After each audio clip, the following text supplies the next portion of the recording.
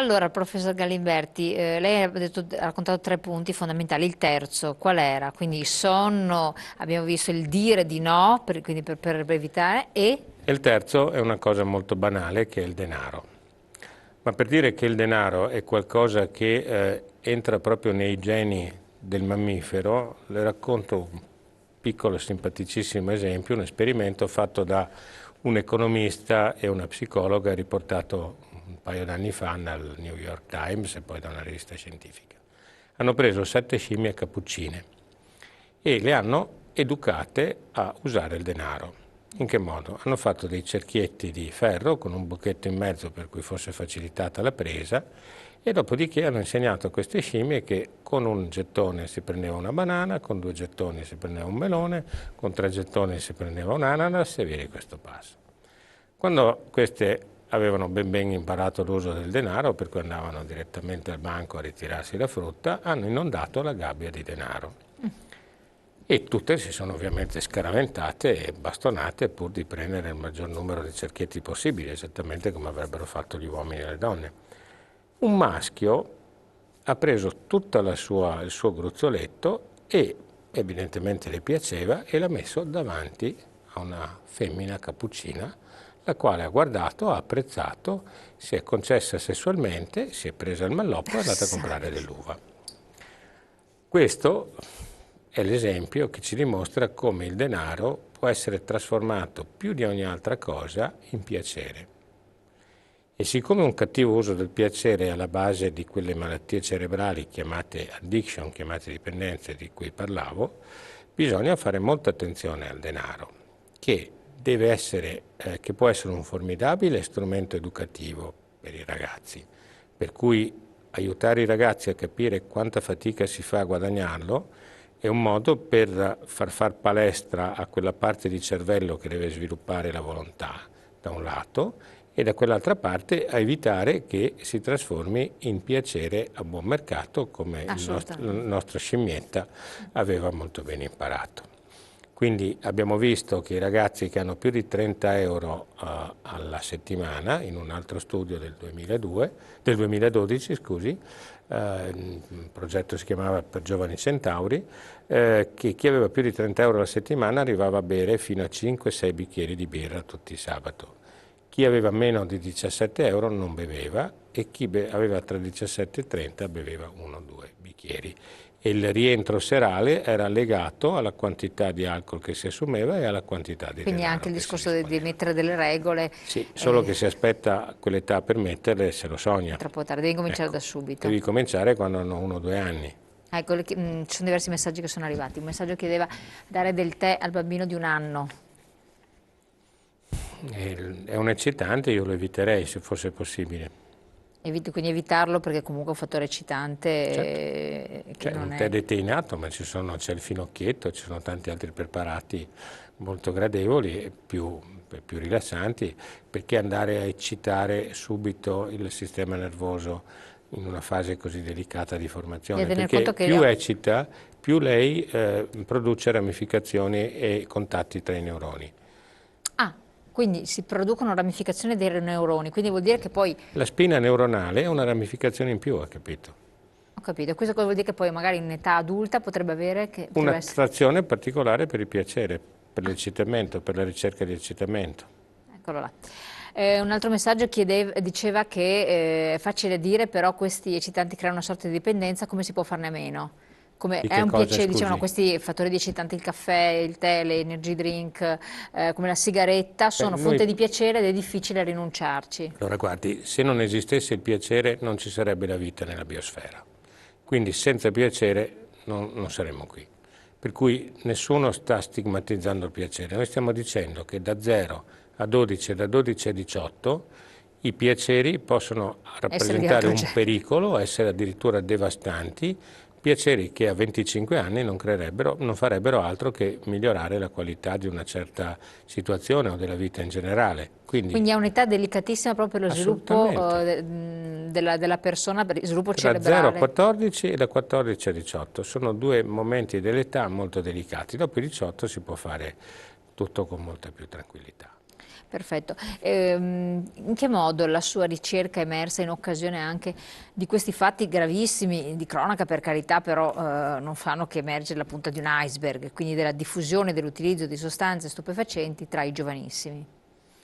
Sostanze stupefacenti si intende oppio, eroina, eccetera. La cocaina non è una sostanza stupefacente, l'hashish non è una sostanza stupefacente, sono o eccitanti o psicostimolanti, quindi non ha coinvolto questa indagine stupefacenti, ma psicostimolanti o altri tipi di sostanze.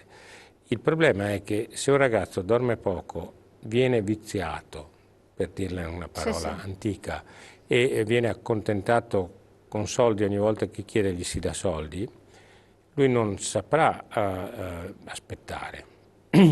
Se un ragazzo è cresciuto senza sapere aspettare, è un ragazzo in cui si è andato progressivamente uccidendo il desiderio. Un ragazzo che non sa desiderare è un ragazzo che non prova piacere. E quindi lo cercherà sinteticamente. Brava. Allora si è visto ad esempio che su 1000 ragazzi intervistati qui proprio alla nostra università di 18 anni, circa 500 soffrivano di anoressia sessuale ed erano quelli che passavano più di 2 ore al giorno davanti ai siti porno. Allora, se un ragazzo si affaccia all'età adulta senza più il piacere sessuale, si stupisce che violenti, che stupri, che cerchi di arrivare a dei piaceri ottenuti a tutti i Estremi. costi pur di provarli perché non riesce più a provarli, oppure anche questo ha una logica in quelle modificazioni cerebrali che a forza di bombardare i neuroni di una certa parte del cervello modifico i circuiti elettrici e li mando in loop? Punto di domanda. Assolutamente. Sì, perché molte persone dicono ma è una dipendenza, ne posso uscire oppure non ne posso uscire, però non vanno a pensare che in realtà ci possa essere una modificazione a livello neuronale, quindi questa è la cosa allarmante, che diventi una malattia Questa è e una che non è rivoluzione. curabile allo stato attuale, cioè siamo in via di Certo. sperimentazione per la cura, Cioè, però che bisogna intervenire. richiederà, come il cancro, richiederà delle tecniche, il cancro si sta sconfiggendo pian pianino, no? Ecco, qui ci stiamo ammalando di cancro mentale perché la diffusione, dopo 50 anni di discorsi, di chiacchierate, di convegni, di esortazioni alla Cappuccetto Rosso, no? Il libro dedicato a tutte le mamme e ai papà di Cappuccetto Rosso. C'era una volta un bambino. C'era una volta un bambino perché trovino, oltre al tempo di dare buoni consigli, anche quello di accompagnare i bimbi attraverso il bosco, che Le oggi basi peraltro neuroscientifiche del buon senso. sono quelle che ho appena illustrato, cioè Infatti, cioè andare tutto a quello letto che con presto la sera e suggerimenti. dormire di notte è un buon senso, no? Quindi diciamo che la natura avrebbe dato dei suggerimenti tramandati di padre in figlio, di generazione in generazione, arrivati fino a un certo punto, perché diciamo sono arrivati fino a un certo punto, che in realtà avevano un fondamento di sopravvivenza della specie, di selezione Esattamente. naturale della specie a questo punto. E quello che noi stiamo studiando e scoprendo sono proprio la matrice scientifica che sorregge questa regola del buonsenso. Lei parlava di generazione di padre in figlio, no? Se non c'è capacità di litigare tra padre e figli, tra madre e figli, non c'è possibilità di trasferire i valori, perché il valore si ottiene e si introietta quando c'è conflitto. Se un genitore è troppo debole e dice di sì, oltretutto si perde anche la tradizione. Quindi la conflittualità fa parte del percorso di crescita Chi ha di. avuto esperienze con gli adolescenti non avrà problemi a No, darle no, ma è ragione. rivolto un po' diciamo a quelle generazioni attuali, perché poi i giovani di adesso che hanno diversi problemi di vario genere, magari la matrice potrebbe essere una formula educativa che Certo.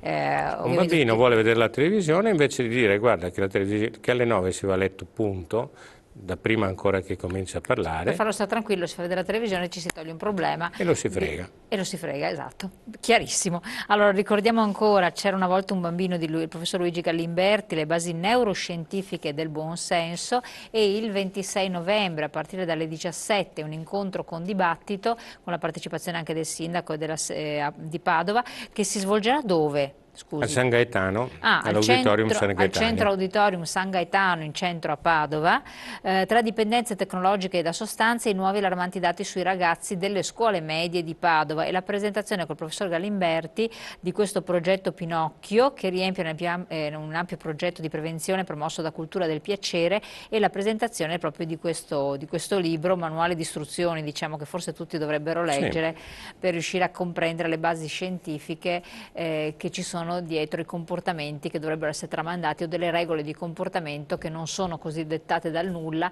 ma da un importante studio scientifico che è stato condotto e che aiuta a vivere meglio e a far sì che certe dipendenze poi un domani non si ingenerino, con le ripercussioni che vediamo anche di carattere sociale e poi, vabbè, anche economico. Professor Galimberti, le auguriamo buon lavoro naturalmente. Grazie. Speriamo di poterla avere qui con noi per aggiornarci un po' dei recenti risultati che ci saranno, perché anche sappiamo perché voi occupereste un ruolo molto importante da megafono di queste cose, di informazioni vere, no? E non di lunghi talk show, lunghe esortazioni, lunghe raccomandazioni, eccetera. Andate a rileggervi Cappuccetto Rosso e vedete quanto sono serviti i consigli dati da un'ottima mamma a un'ottima figlia. Ecco, benissimo. Allora, una lettura potrebbe essere utile a tutti quanti, noi la auspichiamo e naturalmente potete rivedere la nostra puntata anche sul web. Grazie ancora, buon proseguimento, grazie professore, a lei. Grazie a voi. Grazie.